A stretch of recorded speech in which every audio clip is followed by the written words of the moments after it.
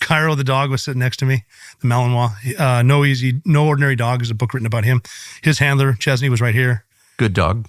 He's the best dog. He was the best dog I've ever worked with. Cairo was the best. What made him? I don't know. Great? He was smart. He was just a good boy. He'd been shot before in the chest in a gunfight. No way. Yeah. And when a dog gets shot, he's just dead. And it was a really weird gunfight a couple of years before. We were doing vehicle interdictions.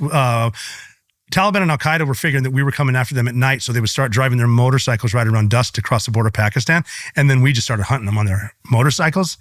And if you've never hunted men out of a helicopter on motorcycles, you have not lived. You take pig hunting, that's nothing. Hunting guys on motorcycles. So we got in a fight one night where we found the low ground. We ended up in the low ground. We had to split it up. And I had to flank some guys up here. And these guys went down there, and we could hear my guys in a fight, and they said, hey, we got a friendly wounded in action. And I asked, who is it? I wanted a call sign because, if you tell a call sign, you don't know who it is, but I know exactly who it is. And they said, Cairo. And I'm like, fuck, he's dead. He got shot in the chest and the arm. But the guy with him, who was actually the point man on the Bin Laden raid, got to him and shaved him and put a chest seal on him. The pilots came in under fire and pulled him out. And then no way. And the surgeons were waiting for him and they saved him. Ugh. So Cairo lived, and the pilots landed under fire to save the dog? Yep. Hey, that does make you love America. Yes, because he's one of the guys. Yes. We're his pack. Other countries don't do stuff like that. So he went on trips with us again, and he actually got PTSD because we'd be on targets and we'd tell him to go in a room, and he'd kind of, you sure? I'm like, yes, go. That's your job. Get in there. But then he went on the Bin Laden raid, and he was. So why do you? Pardon my ignorance. Why do you bring a dog on a raid? He can smell them. He can find them. People hiding. I've had him open secret doors for me. Like get on their hind legs and push something, and it opens in a castle. Just weird Afghanistan stories. They'll chase people down. They'll corner them. They just like finding a grouse. Yeah. And they're even a Cairo. I read stories that he had some $20,000 titanium teeth, which is bullshit. He had one tooth because of a gum disease. He was there for his nose, and his job was he had one tooth. He was just a good boy. But he was with us always. He was one of the dogs that could. When we were overseas, we would have the stadium seating with leather couches to watch when we're not working, watch TV, and everyone could sit there. And once you take their vests off, they're just part of the pack now.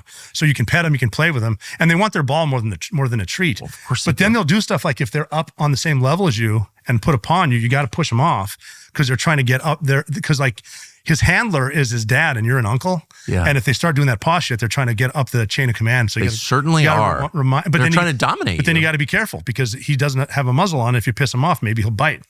But Cairo never would. None of the dogs ever bit. Well, one dog probably did, but he was just a good boy. He never would do that. He wouldn't even try to challenge for hierarchy. He was just awesome. Just a great dog. That book's amazing. No Ordinary Dog is amazing. And they can find people anywhere. Yeah, you're not hiding from him, and you're not going to outrun him.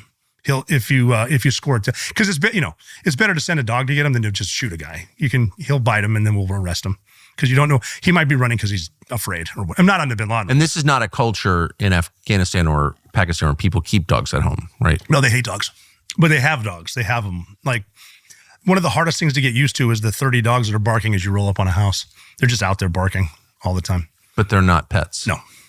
But our dog, that's cool to watch our dogs with those dogs. Because they don't give a shit. I'm so much better than you. They don't even pay attention to the other dogs. Really? Yeah, I'm the one wearing a vest. I'm carrying extra magazines. You're nothing. They carry extra magazines? They carry mags, and they wear a flag, and he had his red man patch, yeah. And so I was sitting next to Cairo. He was asleep on the plane. And it was a funny conversation. Not conversation. I was looking around the helo flying into Bin Laden's house just to see how my guys were handling. We could get shot down. How are you guys dealing with this? And one of my friends was asleep.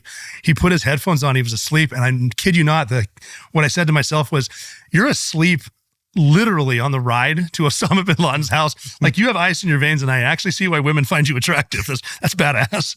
So your hours at work may not be the most comfortable of your day. You're maybe sitting in a stuffy office. You're standing out in the beating sun on a job site. Whatever you're doing during the day, you're probably not that comfortable, and you can't get around it because we are all commanded to work, and most of us do.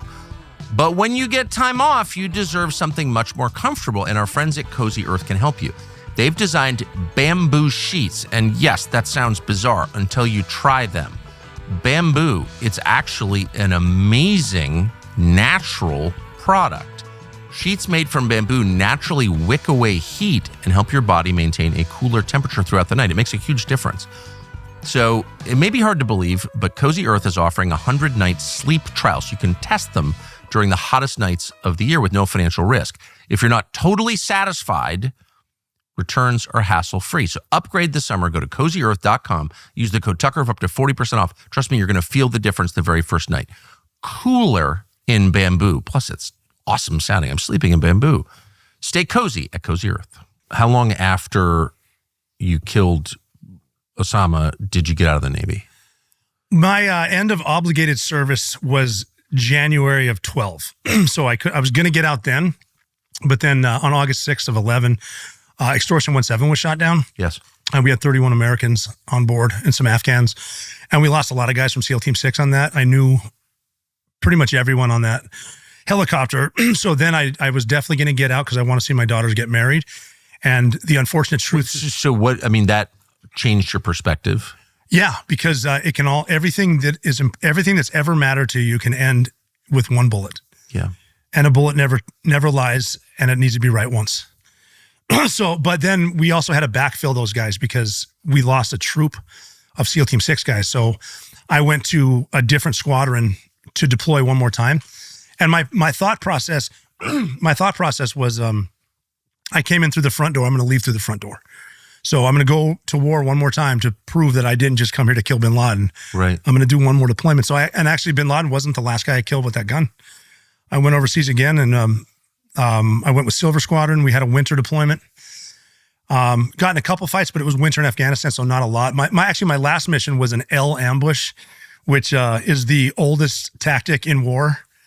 The only time I've ever done it is when you set up an L and someone either walks or drives right into it, and you got them in two ways. So we were able to do that with a vehicle. We were watching a vehicle start in his village, drive around a mountain. This is Afghanistan. In Afghanistan. And then they were waiting for Americans to ambush. And Americans didn't show up on Monday, so they went back to their house. They did it again on Tuesday, and then we're watching them now, and then Wednesday and Thursday. And then I remember watching them saying, if they do it tomorrow on Friday, their day of prayer, they're definitely going to do it Saturday. So if they do it tomorrow, we're going to set up on them Saturday. So they did it Friday. Now we're going to set up on them. And this is the winter. It was a car, and no one else is driving this road. So we set up on these rocks, put some snipers up. So we have an L ambush, and we're going to wait for them. And everything that can go wrong will, no matter what you're doing. The mission was so simple. Someone is going to be in a plane watching them, and then they're going to give us a green light, yellow light, red. And that's when we're going to pop out. And I was even telling the Army when we're selling, I'm like, yeah, I'm going to pop out and I'm going to stop the car. And he's like, well, what if he doesn't stop? I'm like, I'm going to shoot him. This is pretty easy. I'm just going to tell him to stop. And then if he doesn't, I'm going to kill him, or the snipers will. So we set up there, and naturally their car wouldn't start. So we actually took out cigars and lit them up, waiting for them to try to figure out how to start their car. So they're on this other side of this mountain. We're waiting over here. Car won't start. Like I almost want to walk over there and help them put it in gear and jump it, and then I'll run back to the rocks. But then we're waiting on them, and we're starting to get the calls, and a van full of women and children drives right past us. And it's like, what was that? Like, where did they come from? Like, imagine if we weren't well trained and we just lit up an entire family for no reason. So a van drove by, and then these dudes finally drive up, and we step out, and I tell him to stop, and he didn't want to stop, so we killed him. They tried to get out, got their RPGs, and we killed 5 of them, I think. And that was it, the last mission. And with the same rifle you used to shoot Bin Laden. Uh-huh. What happened to that rifle? Then I brought it back, and I asked them if I could keep it, and they said no. So I turned the gun in. And I don't know if someone else got it. I don't know if they hung it up somewhere. I don't know what. You have no idea what happened to the rifle. I kept the firing pin, though. So I have that, but they kept the gun. So they might have given it to one of those radio guys that is going to skydive for the first time. He just happened to be carrying the Bin Laden gun. That's pretty funny. Did you tell him this is the Bin Laden gun? Everybody knew. Yeah, and even the gunner's mate. He was cool. He let me keep the firing pin. But even the gunner's mate, I was like, EJ, come on, dude. Let me keep the gun. I'll give you $10,000 for the gun. What kind of gun was it? H&K 416. Good gun. Never had an issue. Never had a jam with that gun. So you come back from your last deployment to Afghanistan, and then?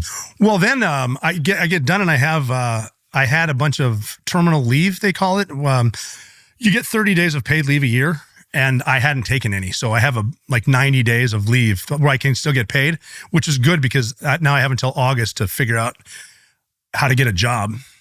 Because it's weird to leave the military without a degree, because I know guys now they'd rather go to war than fill out a resume, because war makes sense. The resume doesn't. I don't know what shoes to wear with a suit, crap like that. So I had to learn what to do. And I'm fortunate that I can tell a story. I'm fortunate that I can manage stress and solve problems. I got on the speaking circuit again, just being present, got offered with leading authorities out of DC. And the first speech I gave was to, I think, 2,000 airline pilots. And I had no experience speaking, never taken a class. And I remember being backstage looking out at this audience. I'm like, I called my agent. I'm like, hey, I've been to combat, but am I going to faint when I get out on stage? I have never been looked at like Possible. this. And she said to me, here's what you do. Here's the key. 3 glasses of red wine right now. Not 2 and not 4. That was her prescription? 3, and you'll be fine. And then I didn't have them, but I walked on stage, and they were pilots, so there was a lot of Navy guys, a lot of Marines in the audience. And one of the Marines, former Marines, he kind of heckled me. And that clicked like, oh, they're friendly. Okay, good. This is a fun crowd. And so I gave my first speech like that. And then just, and speaking is just, you can't really market it. If you're good, someone in the audience hears you and hires you. That's exactly. So it's like I did 1 in November, and then 2 in December, and then 5 in January, and then 10 in February. And I just started speaking, and then helped guys transition. How was your transition? I mean, it was difficult because, I don't necessarily miss the missions, but I miss the guys. Of course. The skydive trips to Arizona, there's nothing like those. Skydiving with 30 of your best friends, going out to dinner when you're done jumping, talking about how close that jump was, and then jumping the next day. And I miss that. I miss the workouts, the morning stuff, because even at SEAL Team 2, every Tuesday, rain or shine, we had the 2-mile ocean swim. And I'm talking like February in Virginia Beach is not fun to do it, but the bus ride to get there is hilarious, just because it just sucks. And we all know we're just going to take a big bite of this shit sandwich, but we're all in it together. Let's go swim. I miss that. Yeah. If I never do an ocean swim again, it's fine, but I do miss that bus ride. Thanks for watching our YouTube channel. We hope you'll subscribe to it. And by the way, you can hit the little bell on there and get notifications every time we produce a video. We hope you'll do that also.